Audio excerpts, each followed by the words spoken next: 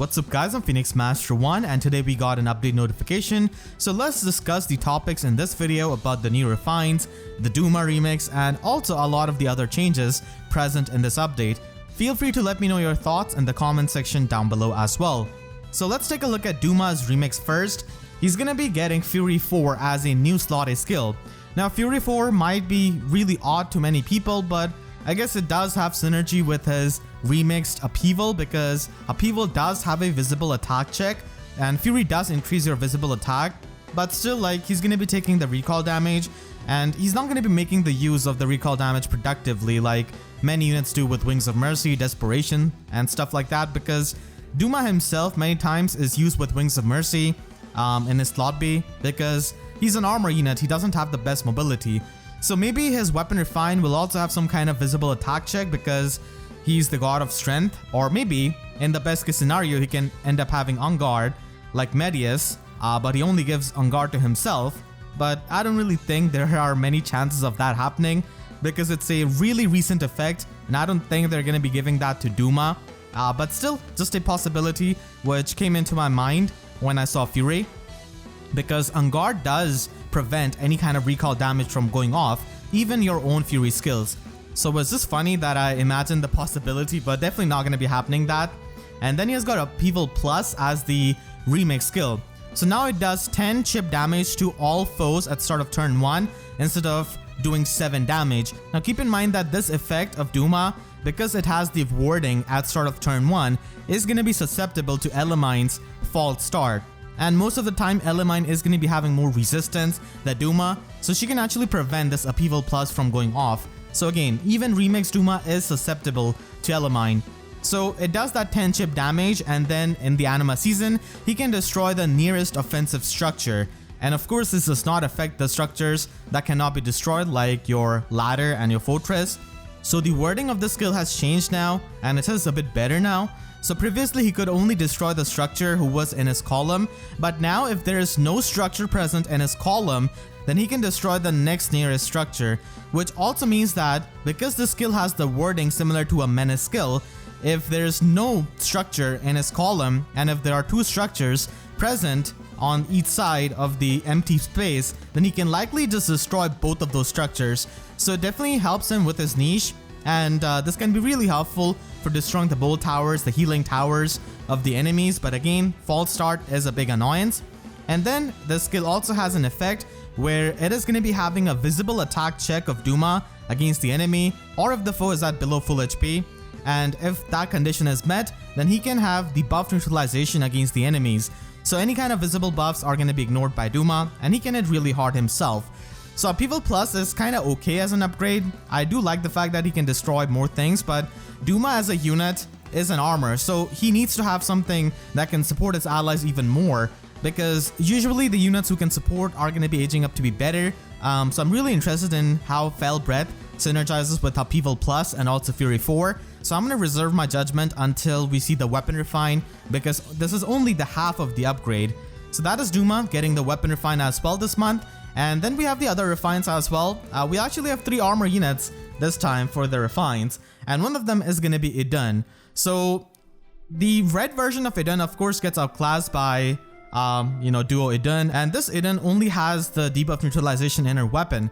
Now the good thing is that being a red armor, there's not too much competition going on in the premium pool. The only other armor unit in that premium pool is Zelgius.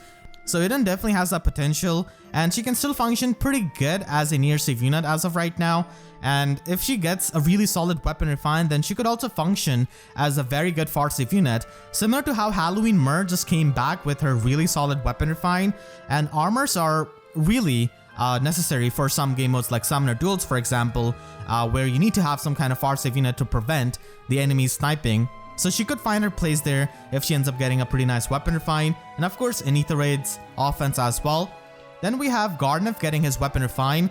So Imulu just does the 5 chip damage to the non-magical foes and also inflicts them with the flash status on turn 3. So it's not really all that impressive compared to someone like Walhart who simply has flash menace. So Gharnef could get a much better weapon refine.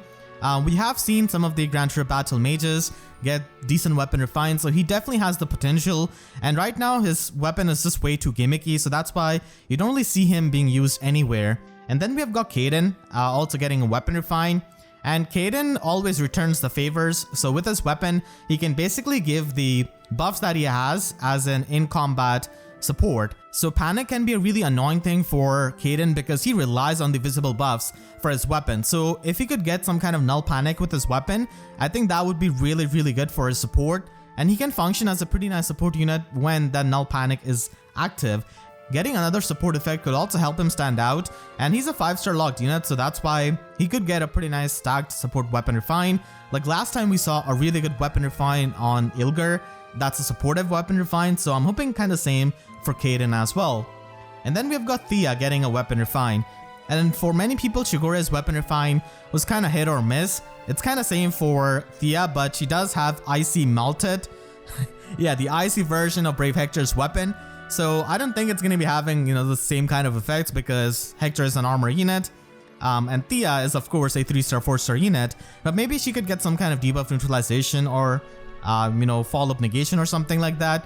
That would be kind of cool, but I don't have the highest expectation out of a 3-star, 4-star unit to say the least, and I don't think many people do either. So, but still, I'm kind of hopeful that she can get something useful because there's just so much competition in this class. And then finally, we have the seasonal refine in Picnic Felicia. Picnic Flora is going to be getting a weapon refine next month because the seasonal units use their internal ID when they're going to be getting a weapon refine, and Felicia just comes before Flora in that ID. So that's why Felicia is the one getting the first refine instead of her sister. So Picnic Felicia was of course available as a pharma unit. She's also a fan favorite, so a lot of people got her. Now as of this moment, she kind of struggles with her low attack stat, so something that can help her get better damage output is going to be really helpful because the competition is definitely quite solid. Like we have got Gustav, Brave Edelgard, we also have Brave Ephraim, and of course when it comes to being a fast save armor, we do have Valentine Lucina, who is just insanely strong and also has future vision, so the battle is quite uphill for someone like Felicia.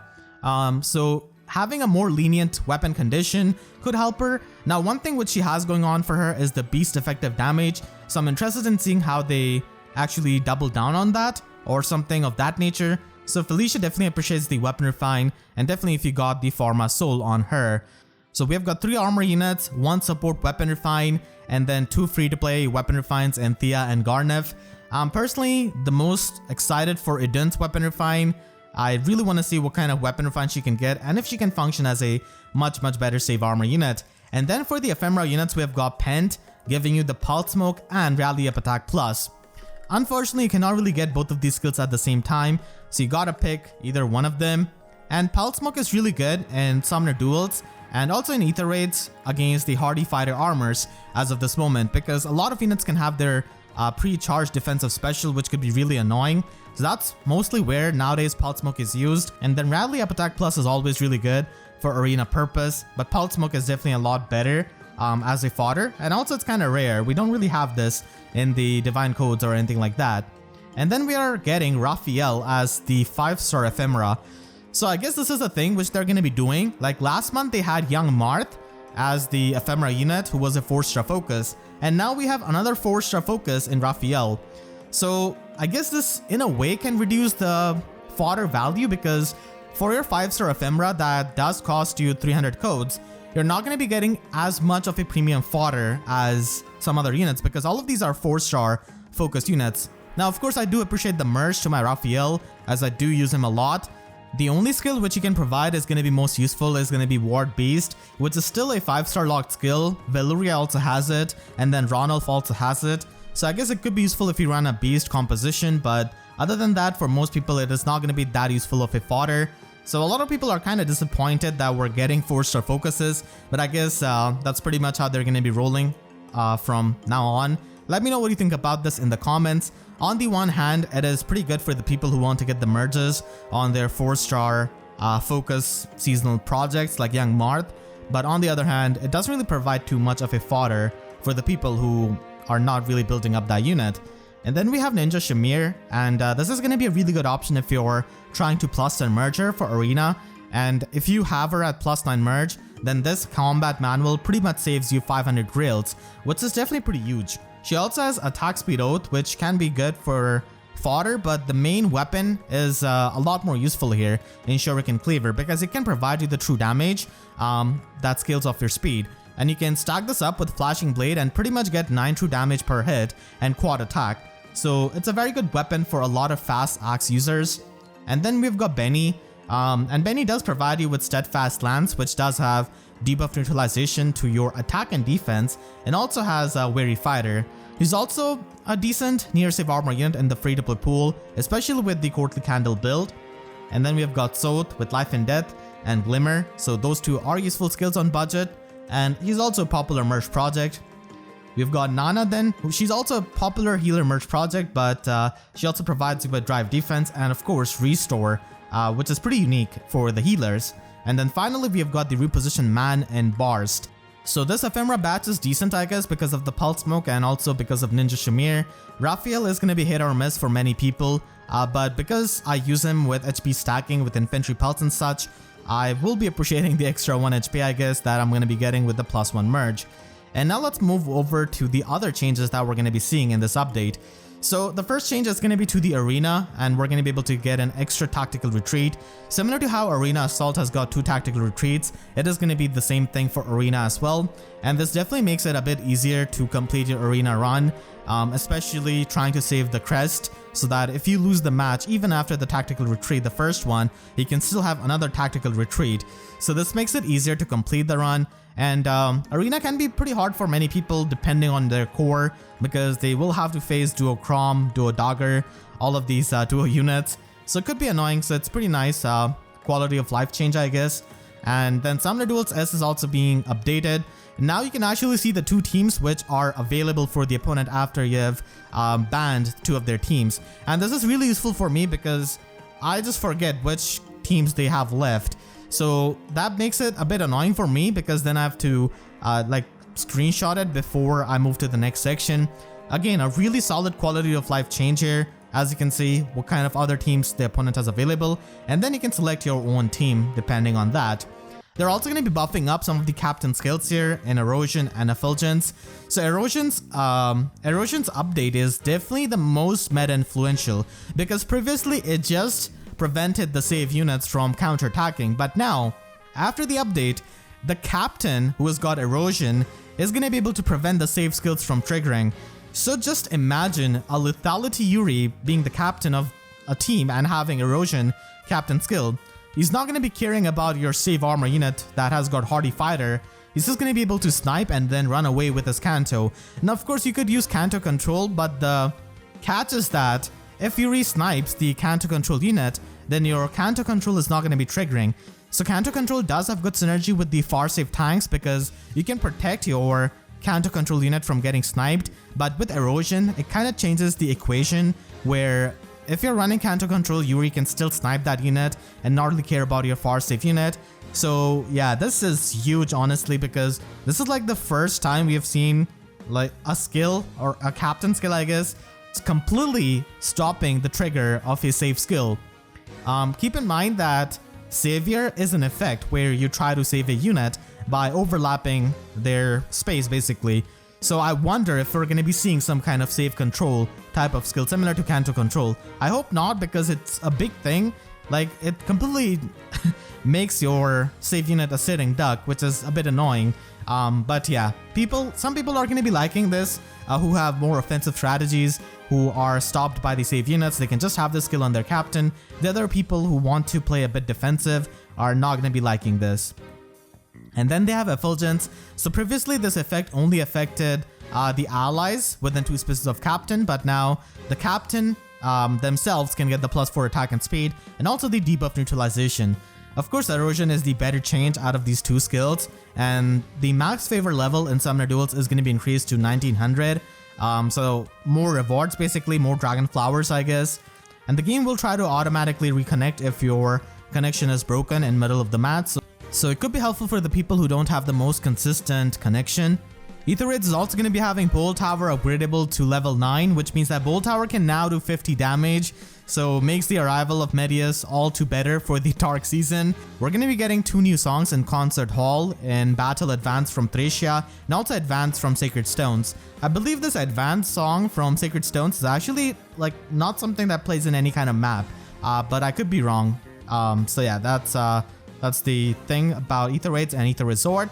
Then we've got Milner Structure, where Shining Summoner is upgradable to level 5, but Milner Strike is easy as it is, even without the upgrades. And then finally, we're going to be having Spring Luthier and Salem getting added to the Grail pool. So good for the people who are trying to plus and merge them. One other minor change which they've mentioned is kind of vague. So a portion of the graphics for the desert map will be improved. I'm not really sure how it is going to be improved, but I guess we can all compare it when it finally comes out. So that is the update that we're going to be getting this month. Let me know what you think about this. Which refine are you looking forward to the most? What do you think about the Duma remix? And also the changes to Erosion, which is a big thing, like the save counter pretty much. So yeah, if you enjoyed, then make sure to leave a like and a comment. Helps me tremendously, and if you really enjoyed, you could always support me directly by using super thanks or by becoming a YouTube member down below. And for more FEH videos, make sure to subscribe and hit the notification bell, because YouTube sub boxes are about as functional as save skills against an Erosion Yuri. So with that said, I'll see you guys next time. Thank you so much for watching and have a great day.